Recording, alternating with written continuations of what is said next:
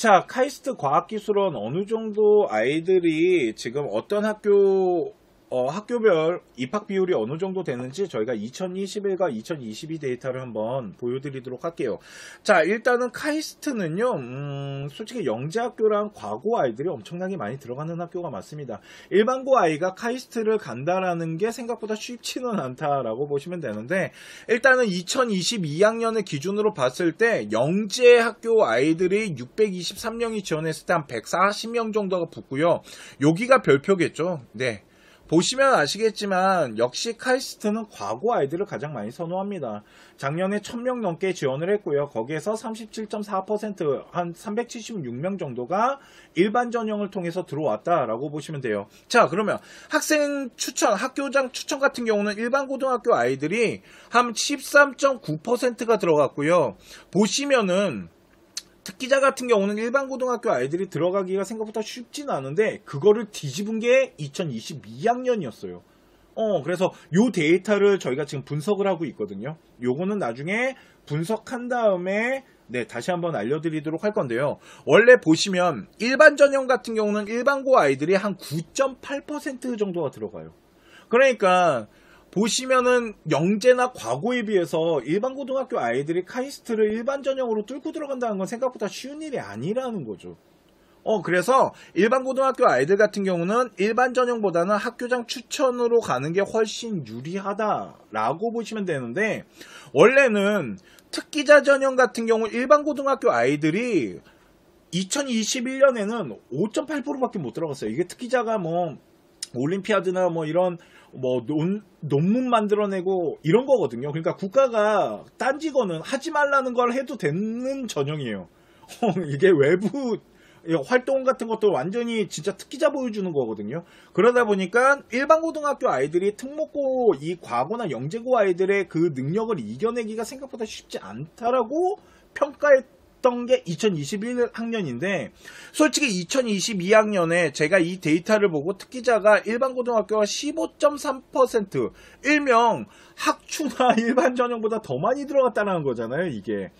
하여간 그래서 요 부분이 아직 분석이 다 안 돼가지고요, 제가 오늘 특기자 전형은 뺐고요. 오늘은 일반 전형과 학교장 추천 전형을 좀 해드릴 건데, 일단은 일반고 아이는 학교장 추천이 유리한 게 맞고요.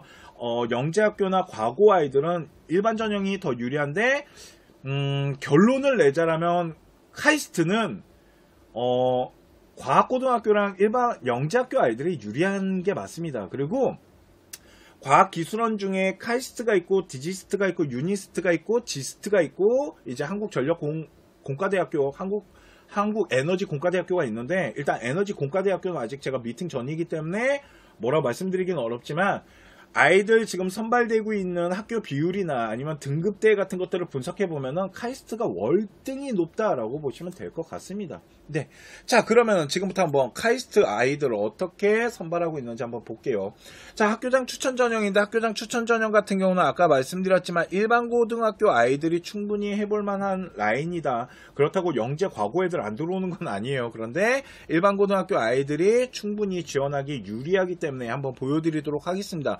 입학 모집 인원은 95명 내외고요. 일단은 입학 시기는 봄학기다라고 보시면 됩니다. 그런데 중요한 거는 뭐냐면, 여기 나와 있는 제가 요 학교장 추천 같은 경우는 말 그대로 진짜 추천 전형인 겁니다. 그죠? 그렇기 때문에 학교 추천을 받아야 됩니다. 그 인원이 고등학교 최대 2명까지 받을 수 있다라고 보시면 돼요. 그러다 보니까 과고 아이들과 영재고 아이들 같은 경우도 추천을 받는 아이는 전교 꼭대기라는 거예요. 걔네들은 간다고 봐야 되는 거고, 그 나머지 아이들을 구성하는 데 있어서 충분히 일반 고등학교 아이들이 들어갈 수 있는 그 인원대가 형성될 수 있다라는 거죠. 또 하나, 과고나 영재 아이들은 솔직히 과학기술원 카이스트를 지원할 때 일반 전형으로 보편적으로 지원을 하거든요. 그래서 요 고등학교 최대 2명인데 서울대학교랑 똑같겠죠. 그래서 서울대학교 추천받은 아이가 카이스트를 같이 받고 오죠. 그리고 또 하나가 있어요. 우리 아이 카이스트 추천받을 수 있을 것 같은데 해볼까요? 네, 해보십시오. 왜 그러냐면, 과학기술원은 제가 그런 얘기를 합니다. 여기 대학교 아닙니다. 과학기술원은 대학이 아니에요. 그렇기 때문에 우리가 수시를 지원할 때 6장의 카드를 지원할 수 있잖아요. 여기에 포함되지 않습니다. 그냥 지원할 수 있기 때문에 네, 그냥 서울대학교를 지원하거나 연세대학교를 지원하는 학생이 있다라면, 추천을 받을 수 있다라면 카이스트도 한번 해보면 좋지 않을까. 거기다가 일반 전형 같은 경우도 저는 해보라는 얘기를 되게 많이 합니다. 어차피 남는 카드인데 그잖아요. 그래서 요 부분들이 있는데, 자, 그러면 어떤 식으로 또 아이들을 선발하는지 좀 보도록 하겠습니다. 자, 전형 방법은 1단계는 서류 평가를 하고요. 2단계는 면접이 들어가는데, 이 면접이요, 질문, 일명 재시문 면접입니다. 그래서 학교장 추천이나 일반 전형 같은 경우 이렇게 재시문 면접을 보는데, 그 재시문 면접, 어떤 면접을 보는지 제가 이거를 컨쇼 홈페이지 입시자료 게시판에다가 올려놨습니다. 네, 카이스트가 어떤 면접을 보고 재시문을 어떻게 하는지를 그 자료를 올려놨으니까 그거 한번 보시면 좋을 것 같고요. 그래서 서류 신뢰도와 재시문 면접을 하는데, 재시문 면접이 훨씬 중요하겠죠. 서류 신뢰도보다는.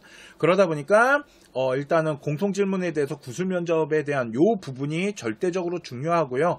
제출 기반에 대한 부분은 그냥 전공이나 지원 동기 정도 라인이다 라고 보시면 될 것 같아요. 학업 역량 같은 경우는 당연히 과학기술원이다 보니까 수학이랑 과학을 잘하는 아이를 좋아하는데 그냥 다 잘하셔야 됩니다. 카이스트 같은 경우는 뭐 수학이나 과학에 대한 성적을 되게 중요시 봅니다라고 말을 그렇게 하지만, 그냥 합격한 아이들의 데이터를 구성하거나 저희가 분석해보면 그냥 다 잘해야 돼요. 서울대처럼. 그래서 요런 건 없어요. 수학이나 과학 잘하는 아이들 뽑겠습니다, 이런 건 없기 때문에.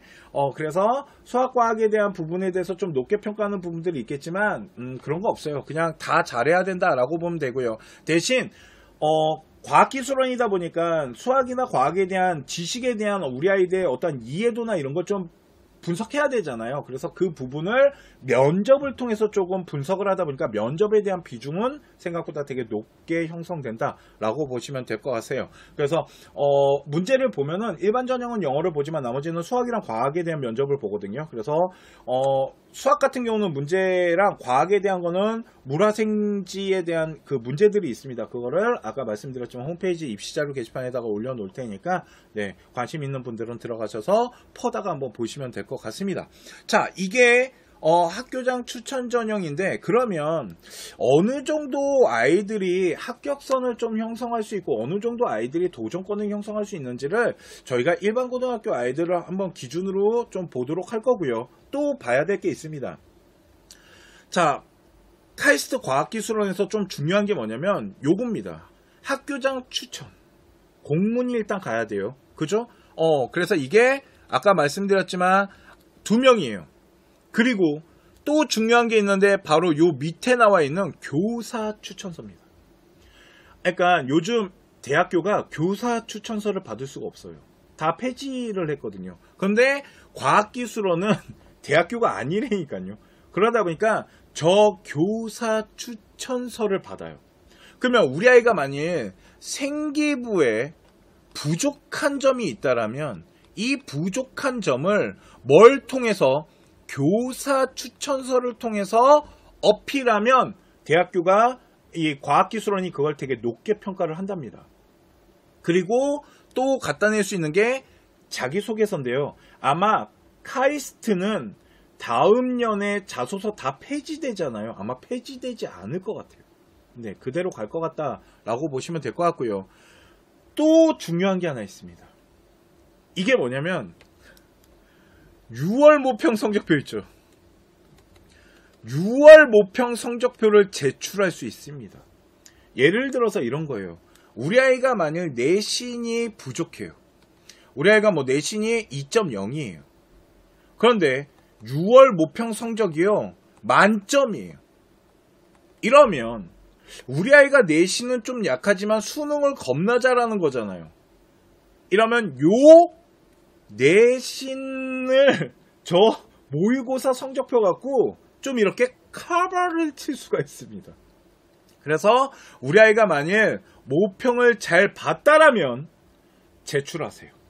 그 기준이 어느 정도인가요? 라고 했을 때 100분위 단위로 기준을 잡는다라면 98점 이상 나오면 제출하십시오. 라고 말씀을 드리고 싶네요.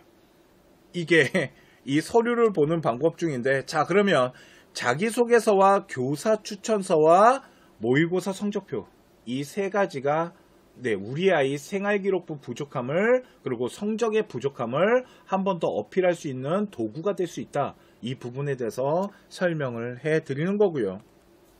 자, 그러면 일반 고등학교 아이들 같은 경우는 어느 정도 성적대 아이들이 합격선을 형성할 수 있는지 한번 예측 데이터를 한번 만들어 봤습니다.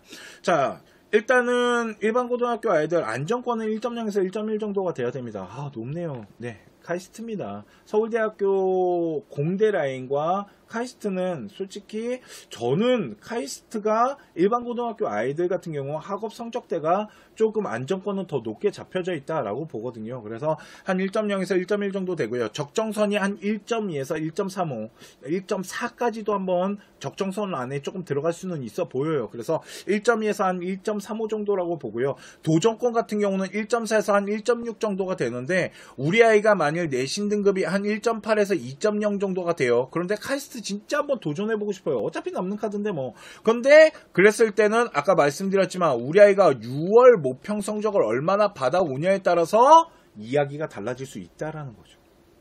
우리 아이가 만약 6월 모평을 겁나 잘 봤어요. 그러면 학교 선생님 잘 꼬셔야죠. 추천 좀 주시면 안 되겠냐고.